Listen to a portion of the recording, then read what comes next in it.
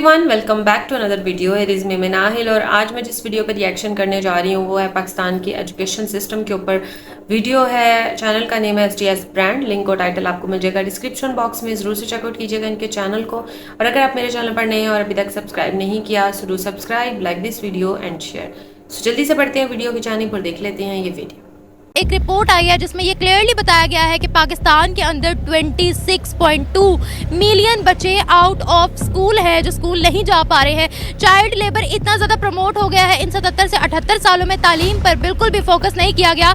इसी के साथ साथ एक खबर ये भी सामने आ रही है कि 26 सितंबर को पंजाब भर के तमाम टीचर्स एक बहुत बड़ा प्रोटेस्ट निकालेंगे, बहुत बड़ी रैली निकालेंगे, जिसमें हुकूमत से ये डिमांड की जाएगी कि एजुकेशनल इंस्टीट्यूट्स को आउटसोर्स ना किया जाए, प्राइवेटाइज ना किया जाए, क्योंकि ये अनाउंसमेंट आई थी कि हम लोग स्कूल्स को प्राइवेटाइज करेंगे, आउटसोर्स करेंगे। तो उसी के लिए ये रैली निकाली जा रही है। 27 सितंबर से पूरा लॉकडाउन लग जाएगा, स्कूल्स का लॉकडाउन जिसको बोला जा रहा है, जिसमें दोबारा फिर से एक रैली निकलेगी और कहा जाएगा, ये डिमांड की जाएगी कि टीचर्स की सैलरीज को भी बहाल करें और उनकी सैलरीज को कम ना करें। गवर्नमेंट हमारी ना शुरू से ही, जब से पाकिस्तान बना है ना 1947 से ही तालीम के शोबे पे तवज्जो दी ही नहीं गई।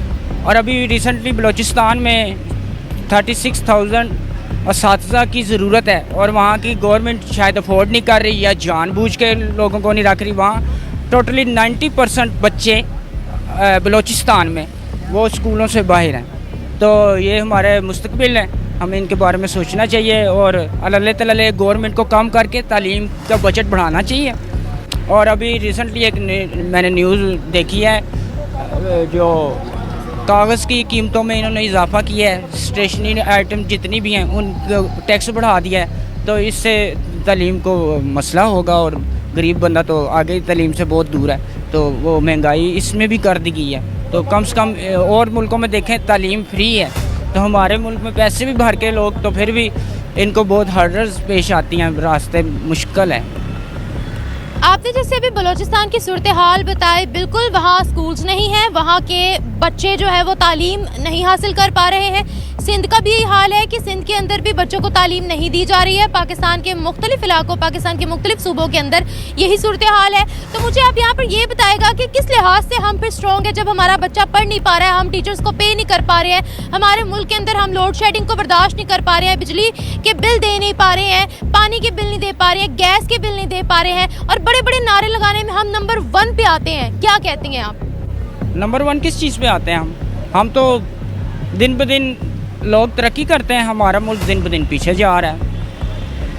हर पॉइंट ऑफ व्यू से देखो तो हम लोग पीछे जा रहे हैं। तालीम तो शुरू से ही है ना, ये तालीम के शोबे पे आप नहीं बात कर रही या मैं अकेले नहीं बात कर रही, इस पे सभी लगे हुए हैं। लेकिन ये बात सिर्फ बातों की हद तक हम लोग करते हैं, जब प्रैक्टिकल की बारी आती है तो जिन्होंने करता धरता है, जिनको रिस्पॉन्सिबल हैं, वो इसके बारे में सोचते कम है, कागजी कार्रवाई करते हैं बस, और दैट्स ऑल। और क्या कहूँ मैं। मुझे यहाँ पर आप ये बताएगा कि जिस तरीके से मैंने आपको बताया 26.2 मिलियन बच्चे जो हैं वो आउट ऑफ स्कूल हैं पाकिस्तान के अंदर।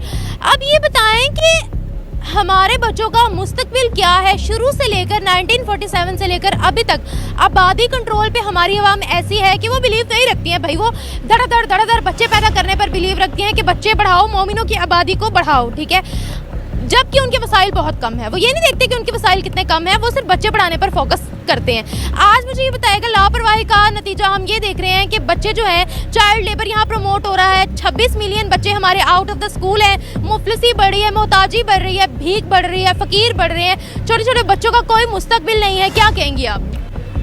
मुस्तकबिल इधर चंद ख़ानदानों का है जो शुरू से हम पे मुसल्लत हैं। जब तक इन ख़ानदानों को नकेल नहीं डाली जाएगी तो हमारे बच्चों के मुस्तकबिल का कुछ नहीं हो सकता। छठी वीडियो मैंने वॉच की। जहाँ तक बात करें मुस्तकबिल की, तो वाकई इस तरह के माहौल में या ऐसे जहाँ पर कोई एजुकेशन का कोई सिस्टम नहीं है, वाकई ये ट्रू है। ये एक पहली बात यह है कि जिसको मैं 100% एडमिट करूँगी कि वाकई ये सही बात है। एजुकेशन का एक प्रॉपर सिस्टम होना बहुत ज़रूरी है। ये नहीं कि आप हर स्कूल में जाकर विजिट करोगे, उनके साथ आप बेंच पे बैठकर सेम बेंच शेयर करने से आप ये नहीं हो जाते कि भाई हम बहुत अच्छा सिस्टम दे रहे हैं अपने माशरे को, अपने लोगों को। ऐसा नहीं होता। आपको उसके लिए बाकायदा एक निज़ाम जो है ना वो बनाना पड़ता है। हमारा जो एजुकेशन सिस्टम है मेरे ख्याल से बहुत सारे मुल्कों से बहुत पीछे है। हम जो है वो सिर्फ फोकस करते हैं स्पेसिफिक सब्जेक्ट्स पढ़ाने की जो कि हमारे से रिलेटेड होते हैं, हमारे मुल्क से रिलेटेड एक दो सब्जेक्ट हैं की बुक्स हैं, उनके ऊपर हम फोकस में लगे हुए हैं। लेकिन हमें पूरी दुनिया से कोई लेना देना नहीं है। हमें नहीं लेना देना कि फ़लाँ मतलब एक ऐसा सिलेबस होना चाहिए जो कि जामिया हो, जिसमें यानी कि वो हर चीज़ को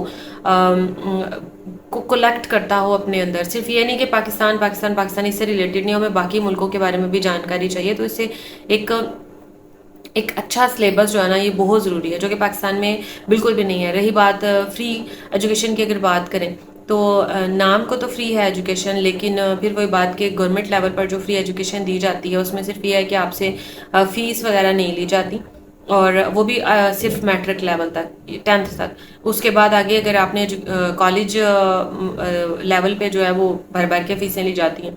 उसमें यह है कि अगर आप मैट्रिक तक की बात करें उसमें फ़ीस आपसे सिर्फ फ़ीस नहीं ली जाती, बुक्स आपको सिर्फ फ्री दी जाती हैं। वो भी बुक्स जो है ना वो कहते हैं कि पुरानी बुक्स जो पुराने बच्चे पढ़कर जाते हैं उनसे बुक्स ले ली जाती हैं, और वही बुक्स जो हैं बाकी बच्चों को डिस्ट्रीब्यूट कर दी जाती हैं।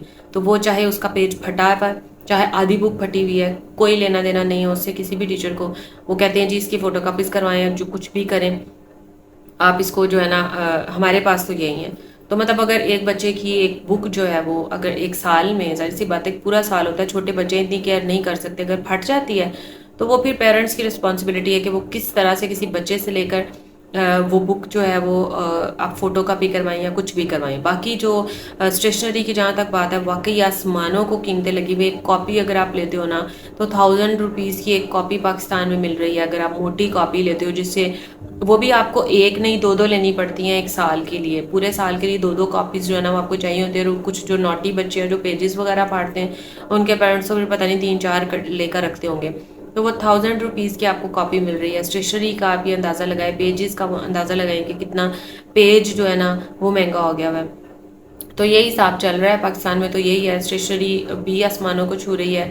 अगर आप गवर्नमेंट सेक्टर से हटकर अगर आप बच्चों को प्राइवेट सेक्टर में डालते हो, गवर्नमेंट सेक्टर का मैं थोड़ा बहुत आपको बता दूं, टीचर्स ना होने के बराबर हैं। आधा साल गुजर जाता है, एक सब्जेक्ट का टीचर ही नहीं है जी, इसका टीचर नहीं आ रहा, बच्चे उसमें खेल खाल के तो घर वापस आ जाते हैं। टीचर्स की ज़रूरत है लेकिन टीचर्स को पे ही नहीं कर पा रहे, तो नए टीचर्स कहाँ से, वैकेंसीज अरसा हो गया वैकेंसीज आई ही नहीं है। ये अब मैं आपको फेडरल की बात बता रही हूँ, बाकी जो है उनका अगर फेडरल में ये हालात है तो बाकियों में क्या हालात होंगे आई डोंट नो। और बलूचिस्तान की जैसे उन्होंने बात बताई, फिर एक क्लास में 70+ बच्चे हैं, एक टीचर उसको हैंडल कर रहा है।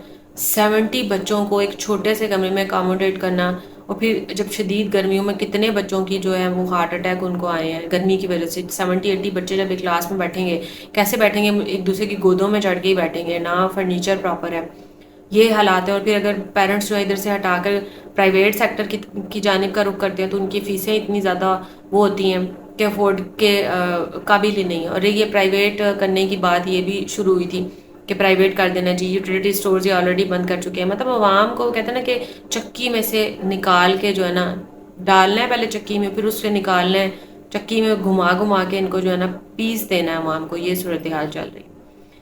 सो ये था मेरा रिएक्शन, होप आपको अच्छा लगा होगा। अगर अच्छा लगा है तो वीडियो को कर दीजिएगा लाइक, चैनल को कर दीजिएगा सब्सक्राइब। सो मिलूंगी नेक्स्ट रिएक्शन वीडियो के साथ, तब तक मुझे दें इजाज़त। अल्लाह हाफिज़।